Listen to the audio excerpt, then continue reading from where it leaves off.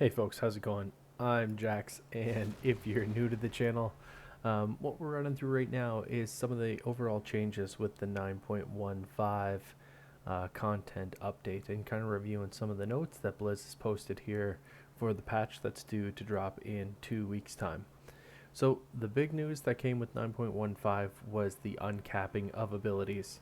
The interesting part that we see here from a paladin perspective, there's not a ton of major change. The big one, if you play a ret like I occasionally do, we do see that Divine Storm is having its target cap lifted from 5. After 5 it'll be a soft cap, so some diminishing damage based on the number of targets you're hitting. But overall that's really solid progress there. Blizz hasn't come out and said it directly, but I assume that the Tempest of the Lightbringer legendary, that's one where Divine Storm projects that additional wave of light, striking all enemies up to 20 yards in front of you. I believe there shouldn't be any major target caps with that either, but I'm kind of crossing my fingers because it didn't specifically say that in the content notes. The other major changes you see with PAL, we're talking like Vanquisher's Hammer, which is Necro Lord. I haven't seen a ton of Necro Lord Paladins through the entire expansion, and there's really good reason for that. Necro is just dramatically behind. You're either a Venthyr and you like the Ashen, or you're playing over here like I am with my prop pal, and you're doing more of a Kyrian build. That's pretty much the two builds that we're seeing for the most part. So yeah, the Vanquisher's Hammer increases the effectiveness of your next holy power spender. So that's going to be like potentially your Divine Storm a little bit there, whatever that looks like. Additionally, the Necro Lord Conduit, Righteous Might, had its damage buffed again, this time by 400%, and healing reduced by healing effect reduced by 50%. Overall, like, Blizz is trying to do everything they can to strong arm us to get over to Necro Lord. It's not going to be enough if the 9.15 changes.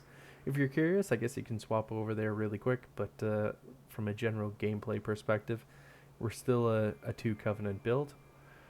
The Blessings of Seasons, now if you play some Holy, you might be able to start to talk yourself into maybe a Night Fae build, but I'm not seeing it quite yet. Blessing of Spring now increases the healing done by 15%. You can see it was 10, so there's a solid buff there. Healing received by 30% as opposed to 20, so overall that's going to help your self-sustain. Blessing of Winter now reduces the hostile target's attack speed and movement speed by 5% per stack. Used to be 3, so that's getting buffed as well. And its damage has been increased by 40%. So that's starting to make it a little bit more competitive here, but I think kind of along the theme of what we're seeing, usually this 1.5 or 2.5 patch, like we're really aimed at class balancing. We're not going with that a whole lot right now. There's certainly not a lot of nerfs that are rolling out. It seems like Blizz is going with much more of an approach where it's like, hey, let's figure out what it is that we need to do to look for equalization across the different covenants as opposed to across the different specs. So overall, it's a bit of an interesting build to go with this way, but overall I'm pleased. We're not talking about a major upset in terms of having either of the 3 paladin classes nerfed, which is always one of the key jumps right off the hop. That's about it though from a uncapping perspective. Paladin didn't have a lot of target capping when Shadowlands first opened, so not a ton of major adjustments here on that front. Alright folks, that's all I've got. Drop it down in the comments. Let me know what you think of the changes or lack of changes, and I hope to hear your feedback soon. Thanks for watching. Peace.